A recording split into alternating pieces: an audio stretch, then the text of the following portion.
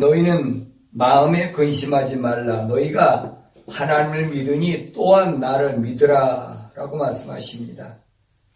그리고 예수님께서 이어서 하늘에 있는 저택들에 대하여 말씀하시는 것을 볼 수 있습니다. 세상을 살아가는 사람치고 마음에 근심이 없는 사람이 어디 있습니까? 그런데 주님은 제자들에게 십자가를 지시고 죽으시기 전날 밤에 제자들을 향하여 하신 말씀이 너희는 마음에 근심하지 말라라고 당부하십니다. 다시 말하면 하나님의 자녀들은 세상에 대한 근심할 필요가 없다는 얘기예요. 우리가 뜻 들으면 세상을 살아가는데 근심하지 않고 살 사람이 어디 있나 하고 의문이 생길지 모르지만은 바울 사도는 고린도 지방에 있는 교회들에게 두 번째 보낸 편지에서 이렇게 설명합니다. 고린도 후서 7장 10절에 보니까 하나님의 뜻대로 하는 슬픔은 구원을 위한 회개에 이르게 하므로 후회할 것이 없느니라. 그러나 세상의 슬픔은 사망에 이르게 하느니라. 여기 보면 하나님의 뜻대로 하는 슬픔은이라고 했는데 여기 하나님 뜻대로 하는 슬픔을 다른 말로 표현하면 근심으로 표현하기도 합니다. 그러니까 다르게 표현하면 하나님 뜻대로 하는 근심은 구원을 위한 회개에 이르게 한다. 그래서 후회할 것이 없다는 거예요. 그렇지만은 세상의 그 근심은 사망에 이르게 하느니라. 그러니까 근심이라는가 슬픔이라는 단어가 이게 기독교 신앙에서 얼마나 큰 문제를 가져오는지 알아야 됩니다. 마음의 근심은 세상에서 오는 마음의 근심은 뭘 가져요? 사망을 가져온다. 그래서 이 말은 다시 말하면 그 근심이 뭘 가져오느냐? 죄를 유발한다는 거예요. 내 마음속에 근심이나 슬픔이 하나님의 뜻대로 하는 것인가 아니면 세상을 살아가는 것 때문에 생기는 근심이나 슬픔인가? 우리가 생각해 봐야 됩니다. 그것은 나의 신앙관에 따라 다른데 나의 신앙관이 하나님 아버지께서 계신 하늘에 있다면 하늘의 뜻대로 하는 근심이나 슬픔으로 구원에 이르게 하는 회개를 이룰 것이고 반대로 나의 신앙관이 세상에서 잘 사는 것에 맞춰져 있다면 세상을 살아가는 것에 대한 근심과 슬픔이 나를 엄습할 것입니다. 여기에서 구원을 받고 못 받는 자로 구별되고 한 사람은 회개하여 구원에 이르게 되지만 또 한 사람은 세상 근심으로 인하여 결국은 멸망하게 된다는 사실을 성경은 우리에게 지적해 주고 있습니다. 그러면 세상 근심은 무엇일까? 주님이 하신 말씀이 너희 마음속에 세상 근심이 있는데 그게 뭔지 아느냐? 그것이 마태복음 6장 31절에 보면 무엇을 먹을까? 무엇을 마실까? 무엇을 입을까? 염려하는 거예요. 인간이 그렇잖아요. 아무리 세상을 짧게 살아도 오래 살아도 먹을 거 있고 마실 거 있고 입을 거 있으면 염려할 필요가 없지요. 그래서 많은 사람들이 그 문제입니다. 먹을 거, 마실 거, 입을 거. 근데 주님은 마태복음 6장 32절에서 이런 것들은 그렇게 했어요. 이런 것들은 무엇을 먹을까, 무엇을 마실까, 무엇을 입을까 염려하는 이런 것들은 모두 이방인들이 하는 것이라는 거예요. 이방인들.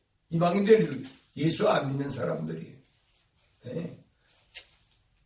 이건 불신앙자들이 기독교 신앙을 가진 사람들이 아니에요.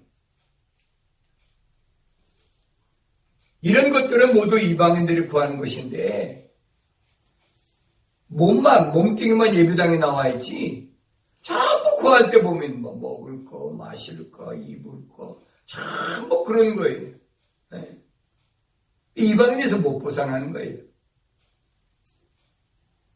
몸은 수억짜리, 수백억, 수천억대 건물을 지어놓고 거기 와 있으면서 기도하는 거 보면 전부 그 얘기입니다. 먹을 거, 입을 거, 마실 거, 뭐 할 거. 사실 인생이 민족들이 전쟁하는 것도 이런 것들 때문에 싸우는 거지요. 세상을 이기는 간단해요. 이 세 가지만 초월하면 세상 간단히 이길 수 있어요. 그렇지 않으면 항상 마음속에 근심이 슬픔이 떠나지 않는다는 겁니다. 그러면서 우리 주님이 하신 말씀은 약속은 뭐냐? 하늘에 계신 너희 아버지께서는 그랬어요. 내 아버지가 어디 계시냔 말이에요. 땅에 계신가 하늘에 계신가?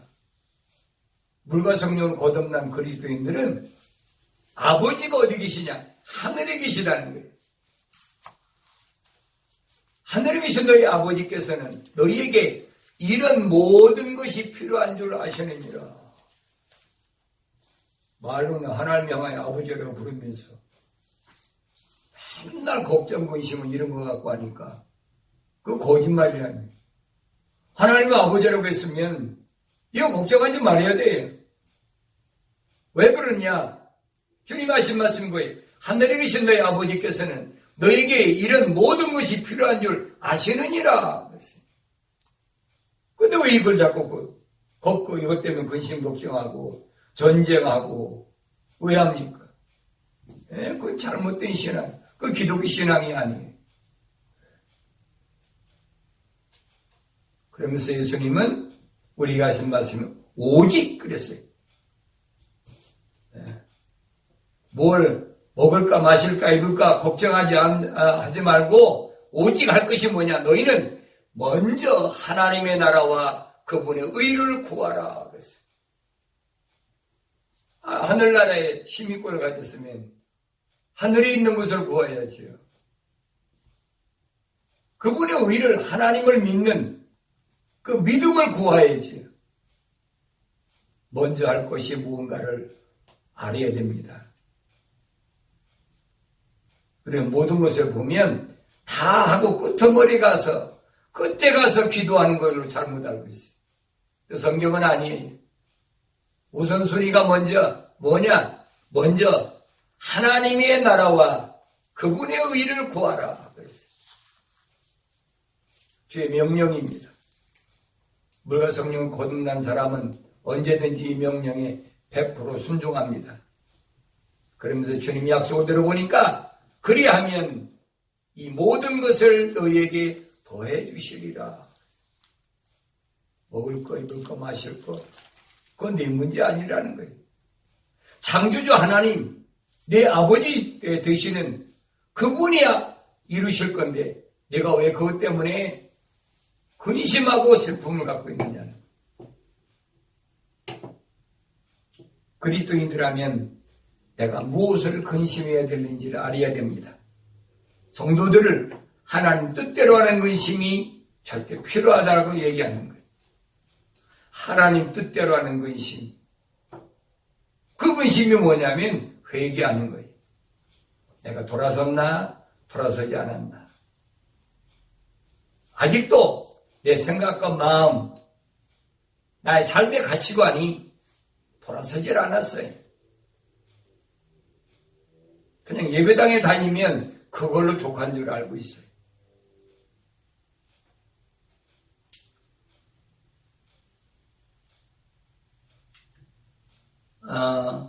얼마 안 있으면 십자가를 지시고 죽으셔야 하는 주의 마음을 제자들이 알고 있을 리가 없습니다.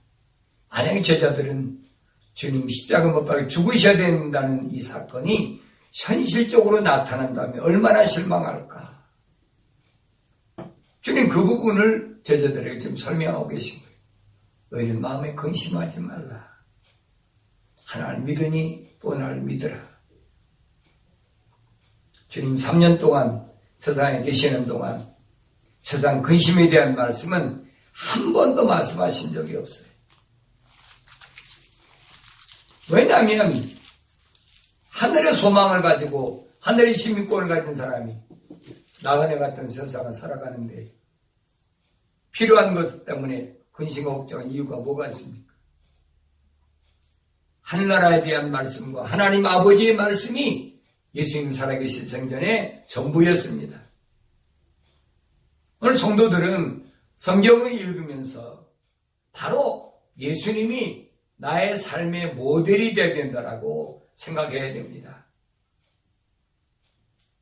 첫 아담이 미완성된 작품으로 실패한 인생이 온전히 하나님 형상을 닮은 참모습을 예수님을 통해서 우리에게 보여주시는 거예요.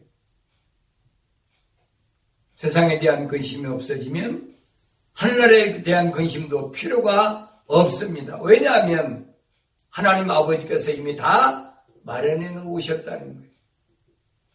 예수님께서 요한복음 14장 1절에서 그렇게 말씀하시잖아요. 너희는 마음에 근심하지 말라. 하나님 믿으니 또 나를 믿어라. 2절에서 보면 내 아버지 집에는 많은 저택들이 있느니라.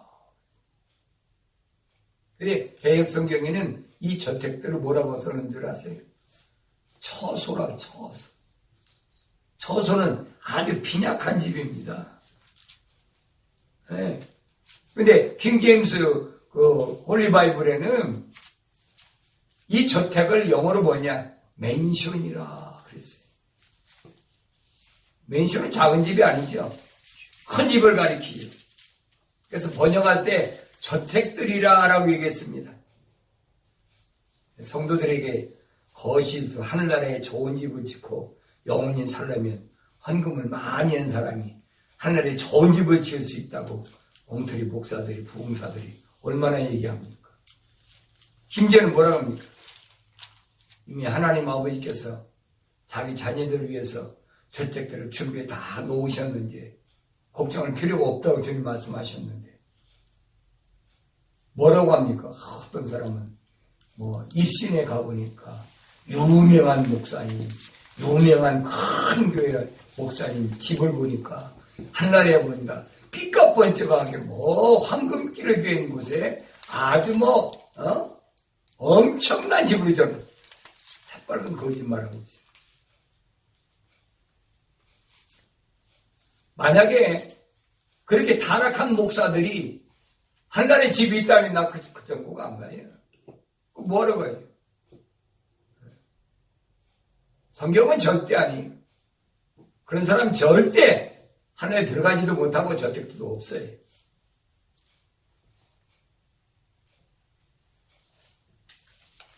그러니까 맨날 그런 얘기를 하니까 성도들이 속을 수밖에 없어요.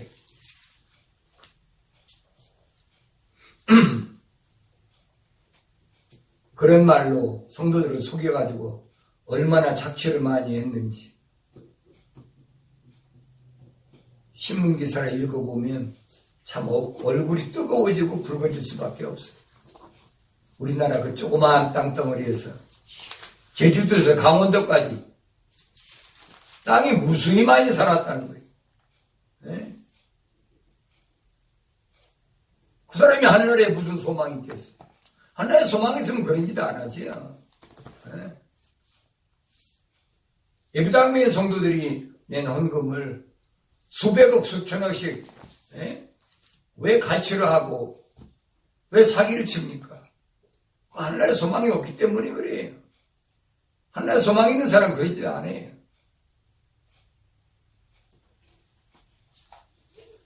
하나님 말씀은 성경대로 신앙생활을 한다면 즉 하나님의 약속을 믿고 하나님의 명령에 순종하는 삶을 사는 사람은 이 세상을 살 때 또 하늘나라에 가서나 근심 걱정할 일이 없다는 거예요.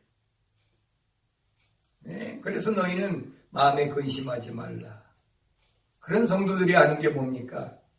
하나님의 뜻을 이루기 위하여 언제나 말씀과 기도로 거룩해지고 항상 기뻐하고 쉬지 말고 기도하고 범사에 감사한 이 하나님의 뜻을 이루기 위하여 날마다 주의 말씀을 읽고 주의 말씀과 더불어 세상을 이겨가는 승리의 기쁨을 살아가게 되는 것을 우리는 목격할 수가 있습니다.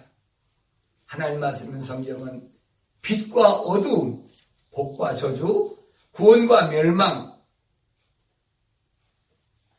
흑백 논리에 양단의 결정이 중간은 없어요. 하늘에 소망이 없는 자는 세상과 함께 멸망할 것을 성경은 증거하고 있어요. 예배당에 다닌다고 적당히 넘어가려고 한다면 큰 오산입니다. 물과 성령으로 거듭난 자가 아니면 하나는 꿈도 꾸지 말아야 돼. 내 말이 아닙니다. 주님의 약속의 말씀이 요한복음 3장 5절에 보니까 당시 유대인의 선생인 관원인 니고데모가 왔을 때 주님은 이렇게 말씀하십니다. 예수께서 대답하시기를 진실로 진실로 내가 너에게 말하노니 사람이 물과 성령으로 태어나지 아니하면 하나님 나라에 들어갈 수 없느니라. 육신으로 난 것은 육이요 또 성령으로 난 것은 영이니라. 부활하신 주님의 신부가 되려면 성령으로 거듭남으로 영적 존재가 돼야 주님의 신부된 자격을 갖출 수가 없어요. 주님의 신부가 물과 성령으로 거듭나지 않은 자가 주님의 신부가 됐다? 그건 거짓말이에요. 성경 66은 어디에도 없어요. 그래서 베드로전 1장 23절에서 너희가 거듭난 것이 썩어질 씨로 된 것이 아니라 썩지 아니할 씨로 된 것이니 살아있고 영원히 거하는 하나님의 말씀으로 되었느니라. 하나님 말씀으로 된 거예요. 하나님 말씀으로 마음속에 심어지면 그건 죄와 상관이 없는 자라고 사도 요한은 요한일서 3장 죄와 상관없는 자예요.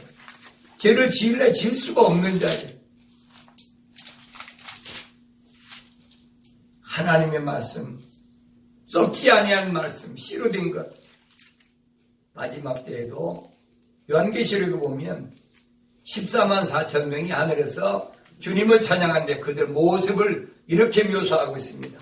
요한계시록 14장 5절에 보니까 그들의 입에서 교활함을 찾아볼 수 없는 것은 그들이 하나님의 보좌 앞에서 흠이 없기 때문이라.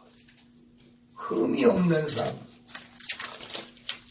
우리가 늘 소망하고 지향하는 것은 흠이 없는 신앙생활을 하려고 노력해야 됩니다. 뭐 내 노력에서 내는 건 아니지만 흠이 없는 삶을 살아야 돼요. 주님의 신부는 흠이 없어야 됩니다. 더럽힌 자는 절대로 주님의 신부가 될 수가 없음을 성경은 증거합니다.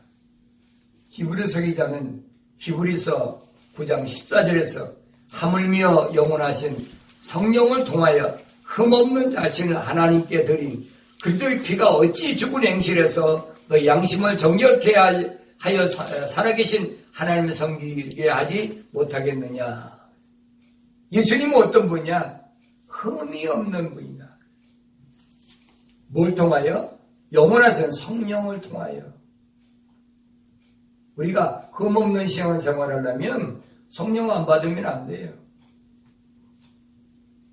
성령 받았다고 뭐 이상한 짓거리 하는 거 말고, 네, 성경에서 말하는 성령, 물과 성령으로 거듭나야 돼.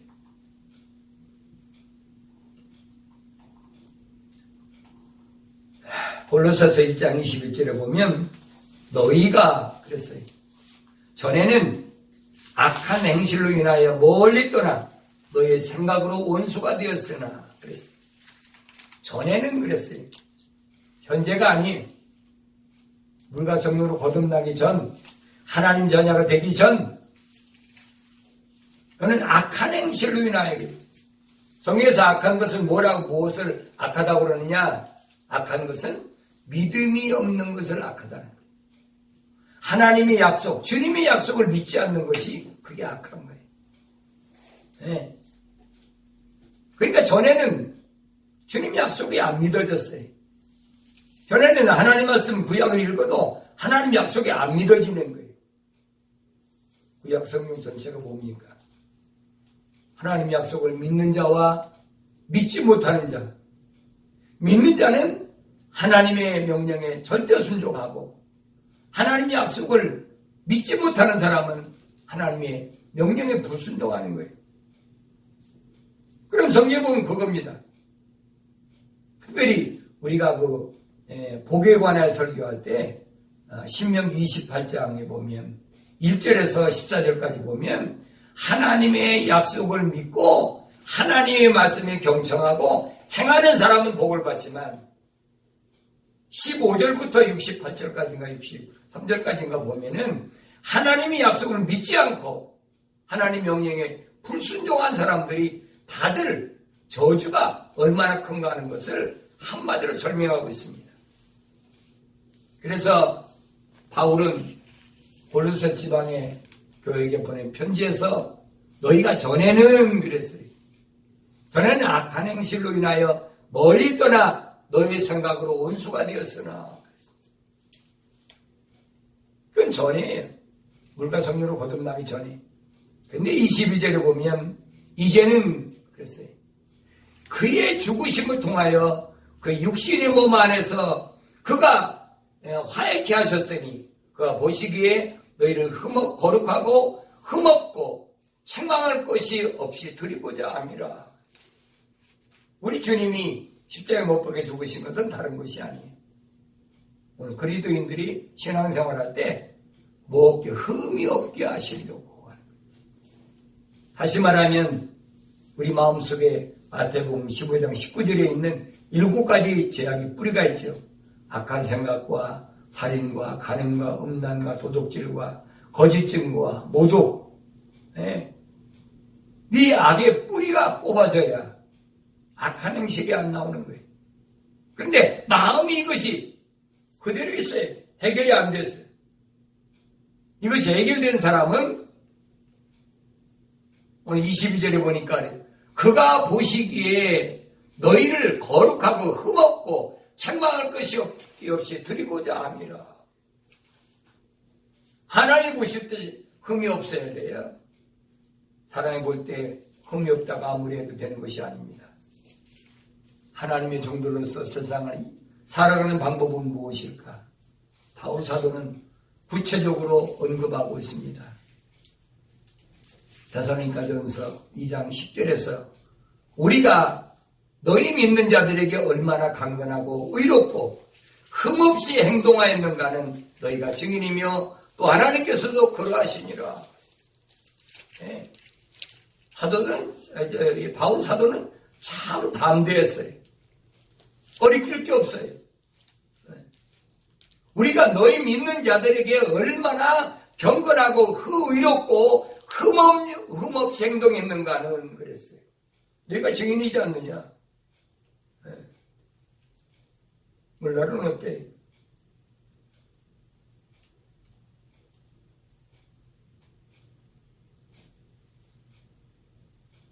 하나님 종들도 세상 지식이 얼마나 통달했는가가 아닙니다.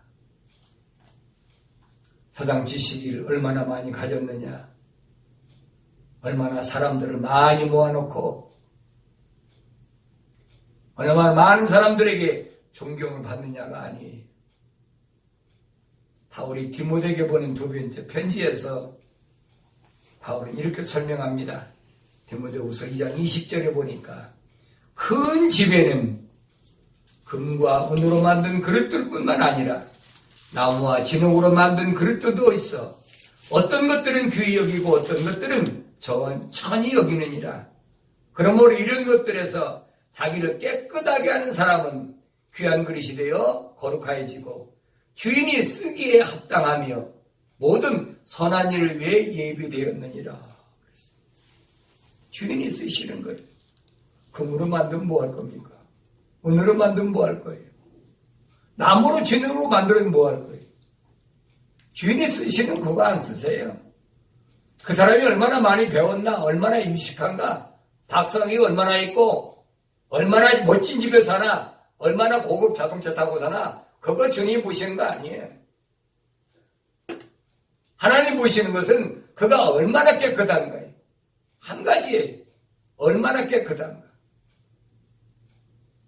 아무리 외모가 금으로 은으로 만들었어도 더러운 건 주님이 안 쓰세요. 그런 것을 누가 쓰느냐? 루시퍼가 쓰죠. 사탄 마귀가. 사람들을 뭐하려고? 현혹시키려고. 우리가 분명히 할 것은 하나님께서는 깨끗한 그릇이 아니면 절대 쓰지 않으신다는 거예요. 그러면 더러운 그릇은 누가 쓸까? 그 말하는 만하지. 거짓의 아비인 사탄 마귀가 쓰는 거예요. 강단에서 아무리 하나님을 찾고 예수님을 부른다고 하나님께서 쓰시는 것은 아닙니다. 거룩하신 분은 거룩한 그릇, 즉 세상과 같지 않은 구별된 그릇이 아니면 절대로 쓰시지 않는다는 것이 하나님의 약속입니다. 세상법도 어긋난 그런 짓을 하면서 혼자 거룩한 척하고 세상과는 아주 가깝지요. 하나님 말씀과는 거리가 멀어요. 그래서 사도 요한이 요한일서 2장 15절에서 세상도 세상에 있는 것들도 사랑하지 말라. 누구든지 세상은 사랑하면 아버지 사랑함이 그 안에 있지 아니하니. 이는 세상에 있는 모든 것이 육신의 정욕과 안목의 정욕과 생의 자랑이요 아버지께 속한 것이 아니니라. 세상에 속한 것이기 때문이라. 오늘 보세요. 목사들이 얼마나 잘못됐으면 잘잘못을, 목사들의 잘잘못을 세상법으로 다스리고 있습니까? 목사 자격이 있는지 없는지, 도둑질했는지 사기쳤는지,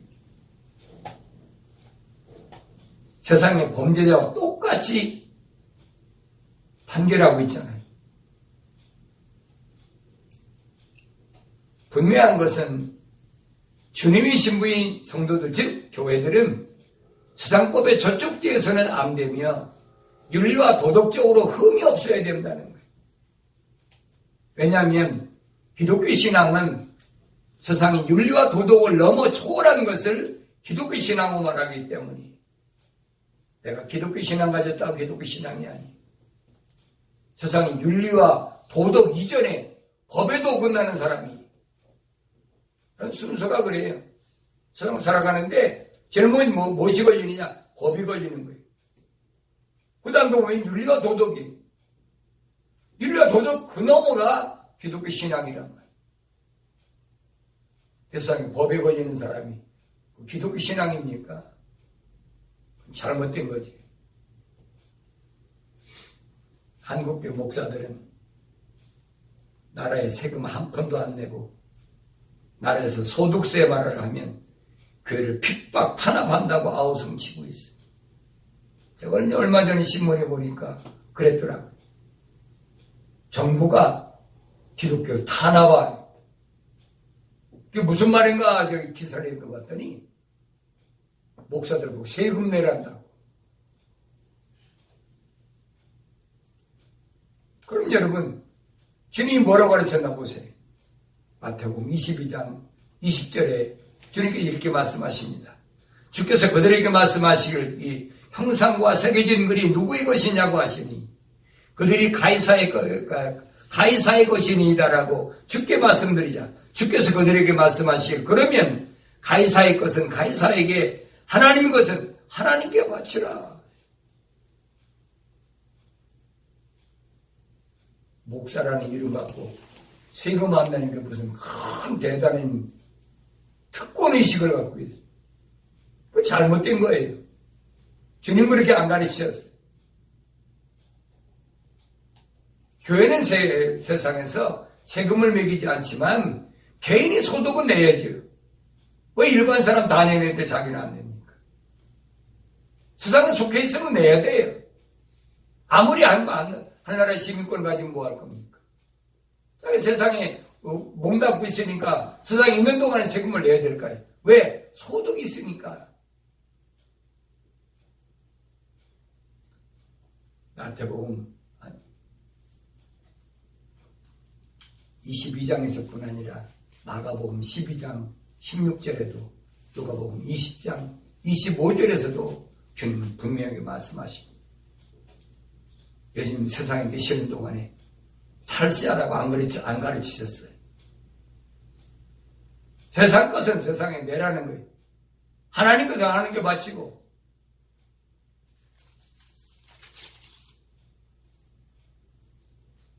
그런데 예수님을 나중에 모하면 십자가에 못 박아 죽이려고 할 때 오히려 뭐라고 한 줄 압니까?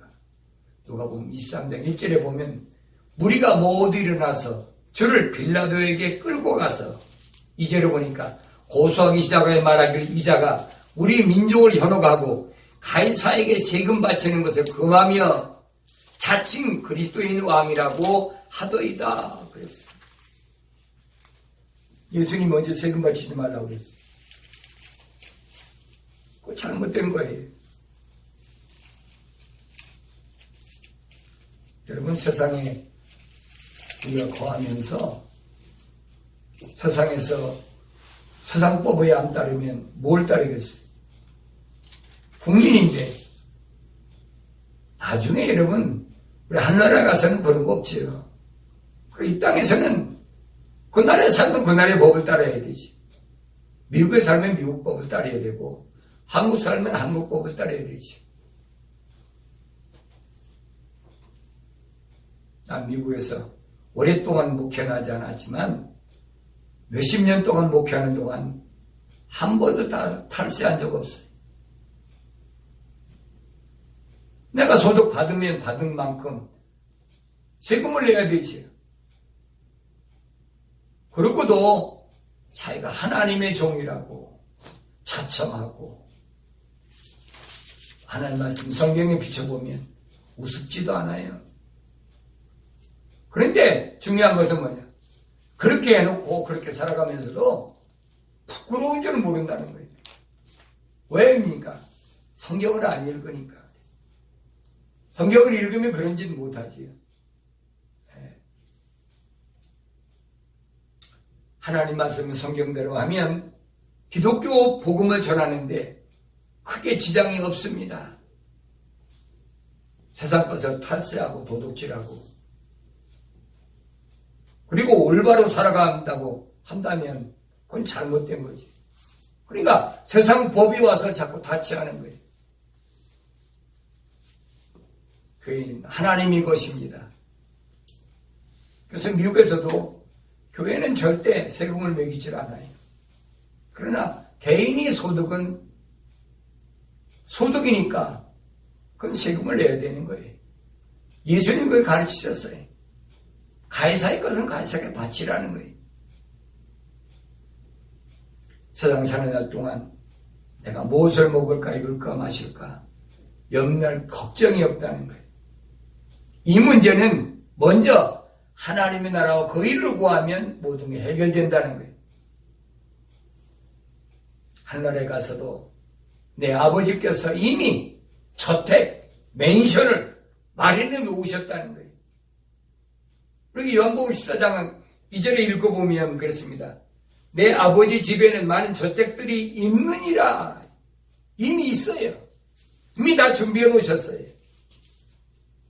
그렇지 아니하면 이건 가정이에요. 주님 말씀하십니다. 혹시 저택들이 없다면 뭐 하느냐? 내가 너희에게 말했으리라. 나는 너희를 위하여 처소를 마련하겠다. 어떤 사람은 성경도 제대로 안 읽고 예수님이 하늘나라에 맨션 지어가셨다라고 그렇게 얘기하는 사람이 있어요. 아니에요. 아버지께서 이미 다 마련해 놓으셨어요. 그렇지 아니하면 가정을 하신 거예요. 그렇지 않다면 내가 가서 너희 있을 곳을 마련하고 그리고 다시 오시겠다는 거예요. 그래서 우리가 요한계시록을 간절히 사모하는 것은 다른 것이 아닙니다. 주님의 약속이 내가 다시 오겠다는 그 약속이 바로 우리 앞에 임박해 와 있기 때문에 주님의 재림을 간절히 사모하는 그런 성도는 무엇을 먹을까 입을까 마실까 그거 걱정하지 않습니다.